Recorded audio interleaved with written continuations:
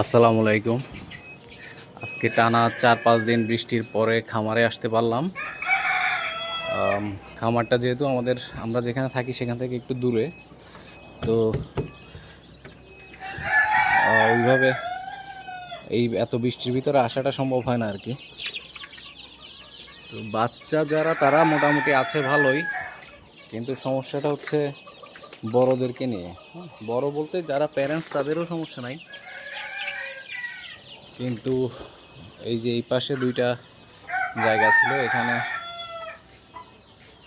এখানে পানি ঢুকে, যেহেতু টানা বৃষ্টি হচ্ছে এখানে পানি ঢুকে একদম কাদা কাদা অবস্থা হয়ে গেছে।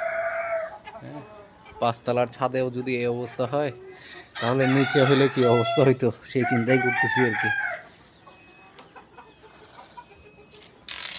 যে এখানেও পুরো কাদা হয়ে গেছে,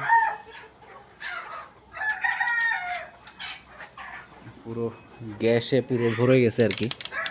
তো এসে এই পর্দাটা উঠানো ছিল, এটা বললাম আঙ্কেলকে, আঙ্কেল এটা নামাই দেন কারণ গ্যাস হয়ে গেছে প্রচুর।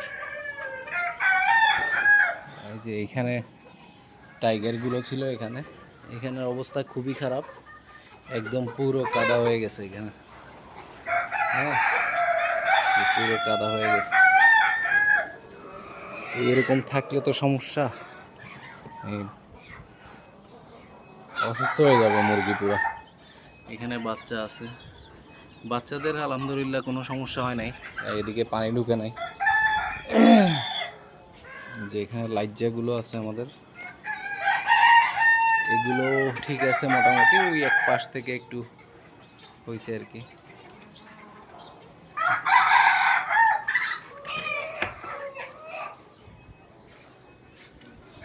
এটারও অবস্থা ভালো না তেমন, এটাও এক পাশ দিয়ে ওই পানি ঢুকছে।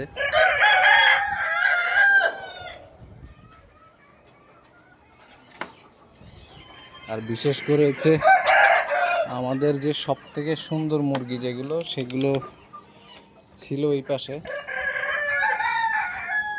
পাশে ছিল। তো এই পাশের অবস্থাও খুবই খারাপ, এই পাশ থেকে ওই যে কাদা হওয়ার কারণে এগুলোকে এই পাশে নেওয়া হয়েছে, কিন্তু এই পাশেও পুরো কাদা হয়ে গেছে।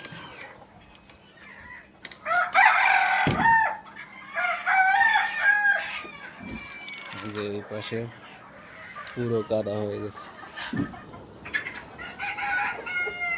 এই যে এইভাবে তো রাখা যাবেই না, এটা ইমিডিয়েট এদের চেঞ্জ করতে হবে এখান থেকে।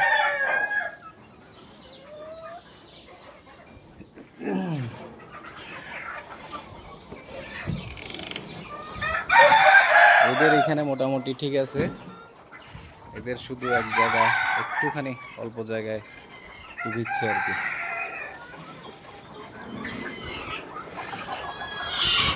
তো এই হচ্ছে অবস্থা খামারের।